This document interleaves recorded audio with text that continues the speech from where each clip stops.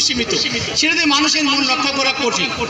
তাই আমি আপনাদের কাছে অনুরোধ করবো যে আপনারা সবাই বিভ্রান্তি না হয়ে প্রকৃতপক্ষে সব কিছু জেনে শুনে আপনারা সামনে এগিয়ে যাবেন।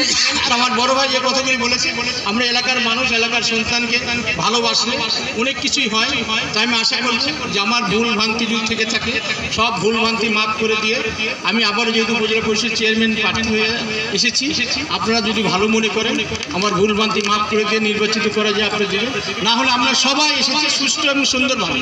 ভাই যে কথাটি বললো যে এখানে কেউ প্রিজাইডিং অফিসার কিনে, কেউ মানে সন্ত্রাসী করে, কেউ জোর করে কিন্তু কিছু করার সুযোগ নাই। কারণ শেখ হাসিনা খুব কঠিন জিনিস।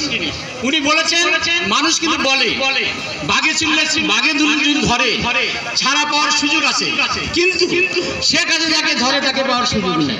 তাই আমি আশা করবো যে আপনারা সবাই ভালোভাবে সুষ্ঠুভাবে আমরা সবাই ভালো সুন্দর পরিবেশের মধ্যে দিয়ে একটা নির্বাচন হবে। এই নির্বাচনের মধ্যে আমরা সবাই প্রার্থী হচ্ছি, জনগণ তাকে পছন্দ করবে, সেকে আপনারা ভোট দেবেন, সে নির্বাচিত হবে। আমি মনে করি তাদের জন্য শেখ হাসিনা হাত চালাবে এই আশা ব্যক্ত করে আপনাদের এই শিব মন্দিরে আমি যেহেতু এসেছি, আমি এই শিব মন্দিরে আমার এই অর্থ বছরেই আমি আপনাদের 50,000 টাকা বরাদ্দ দিয়েছিলাম, সেখান থেকে 30,000 টাকা আপনাকে দিয়েছি।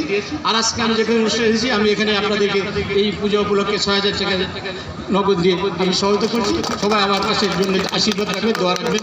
জয় বাংলা, জয় বঙ্গবন্ধু, জয় হয়ে মাটি হাসে। সবাইকে ধন্যবাদ।